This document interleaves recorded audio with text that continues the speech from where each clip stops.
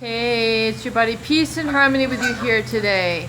Zooming in on the topic of how to handle the covert narcissist.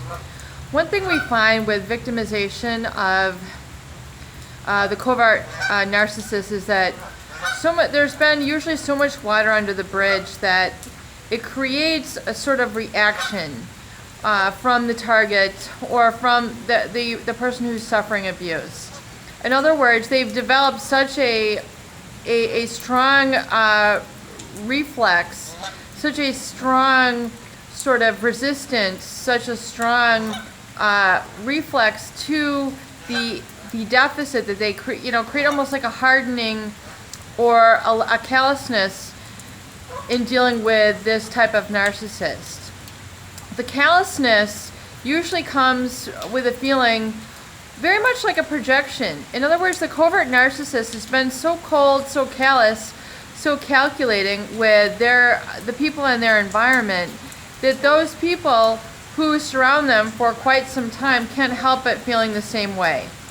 So this reaction, this sort of knee-jerk reaction of being angry, of being frustrated, of becoming hostile, of being made almost violent, the tipping point comes when usually the covert narcissist is exposed, one has had enough is enough, and one no longer seeks to be victimized. One no longer wants to be going without. They feel that they deserve better, they deserve more, they deserve different. So, and how do you really handle the narcissist? Well, one thing is try not to match the covert sort of callousness with an equal callousness. Even though that might be natural, even though that might arrive out of frustration, it's not a good idea because you don't want this sort of abuse to bring out the worst in you. Even though you might feel they deserve it, even though you might feel that that's what they have coming, even though you might feel this is the only justified response, do not come off in a hard, calloused, I'm going to beat you sort of mentality, because really you're then lowering yourself to that level. You don't really want to lower yourself to the level. You want to maintain some compassion for yourself. You want to retain some sort of dignity. You want to remain in emotional control. Losing it because of a narcissist, and I'm going to say just a narcissist, that's all this person is. A self-indulgent, self-absorbed person who feels that they're better than others and controls by withholding what you deserve and what you have fairly coming and what you should expect as a normal human being.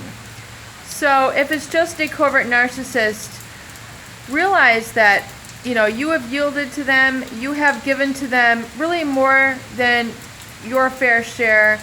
You have given probably to the point of you are becoming a martyr. You've given so much to them to the point where you're beside yourself and you're in a dehumanized situation. Well, case in point, you've given enough. You've been this role enough. Case in point, you've been the role of supply, and you feel like you want to resign that role. You no longer want to take on the copious amounts of burden. You no longer want to take on the copious amounts of guilt. You no longer want to take on the copious amounts of fear, the insecurity, the lack of predictability, the being more overly responsible for them. You no longer want to take that on. You said, enough is enough. This is not what life is about. Life is about growing as a person. Life is about enjoying happiness and discovering really your passion and what makes you tingle, what makes you light up, what makes you happy.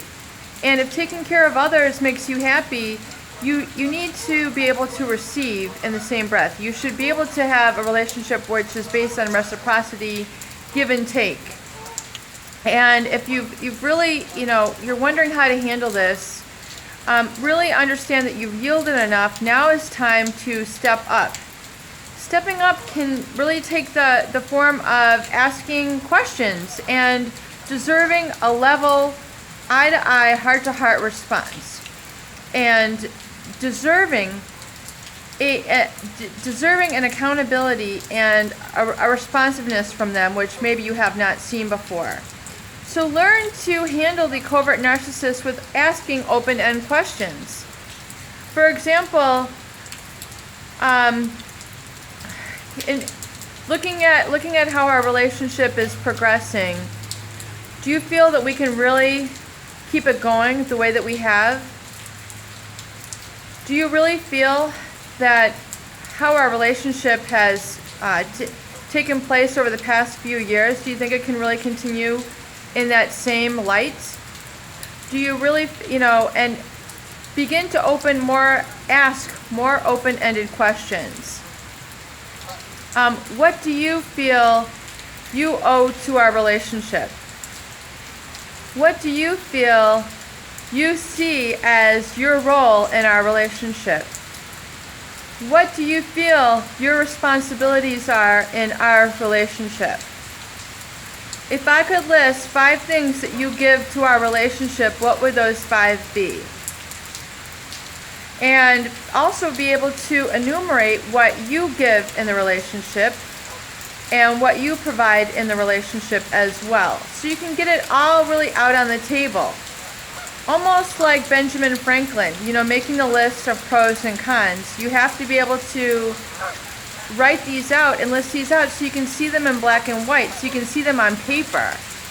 Relationships can be a serious business, especially when people are hurting and it's not working. You need to be able to articulate and define what is working and what is not working. Oftentimes the covert narcissist has so much hidden that you really need to be able to smoke it out. You really need to ask open-ended questions to bring it out and really get them grounded in terms of, so they can really see what they are providing and what they actually aren't providing, and help them see the difference between what they claim they are providing and what in actuality they are providing. So these open-end questions can be aired out, they can be written out and discussed in an open-ended forum. And if the covert narcissist cannot provide to you answers and values that are suited to your needs and that of your family, then you have a serious issue that needs exploring further. Peace and harmony with you here today. I hope these videos help. Please share, please subscribe for more great tools, videos, discussion, and support.